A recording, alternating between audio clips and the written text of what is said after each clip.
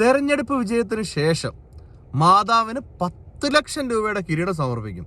അതിനകത്ത് വൈരക്കല്ലും പിടിപ്പിക്കും. അപ്പൊ എന്തായാലും പുള്ളി ഇത് ഒരുമാതിരി മറ്റേ ചേടത്തിനെ കാണിച്ചിട്ട് അനിയത്തിനെ കെട്ടിക്കുന്ന ഒരു പരിപാടിയാണ്. ഇതൊരു ആദ്യത്തെ അഡ്വാൻസ് ആയിട്ട് കൈക്കൂലിയായിട്ട് പുള്ളി കരുതിയാൽ മതി. നിങ്ങൾ എന്നെ വിജയിപ്പിക്കുകയാണെന്നുണ്ടെങ്കിൽ നിങ്ങൾക്ക് ഞാൻ 10 ലക്ഷം രൂപയുടെ ഒരു സാധനം അങ്ങോട്ട് തരും എന്നാണ് ഈ പുള്ളി പറഞ്ഞത്. അപ്പൊ ഈ തെരഞ്ഞെടുപ്പ് കഴിയുമ്പോഴത്തേന് ഈ ത്രാണി കൂടുന്ന ഈ ഒരു പ്രതിഭാസത്തിന് എന്നതാണ് പറയുന്നത്. അപ്പൊ ഈ തെരഞ്ഞെടുപ്പ് കഴിഞ്ഞ് ജയിച്ചു എന്നങ്ങ് ഉറപ്പിച്ച് കഴിയുമ്പോഴത്തേന് അങ്ങ് ത്രാണി സ്റ്റെപ്പ് ബൈ സ്റ്റെപ്പായിട്ട് കൂടുവോ? അത് 1ഉം 2ഉം ത്രാണിയല്ല, 10 ലക്ഷം രൂപയുടെ ത്രാണി.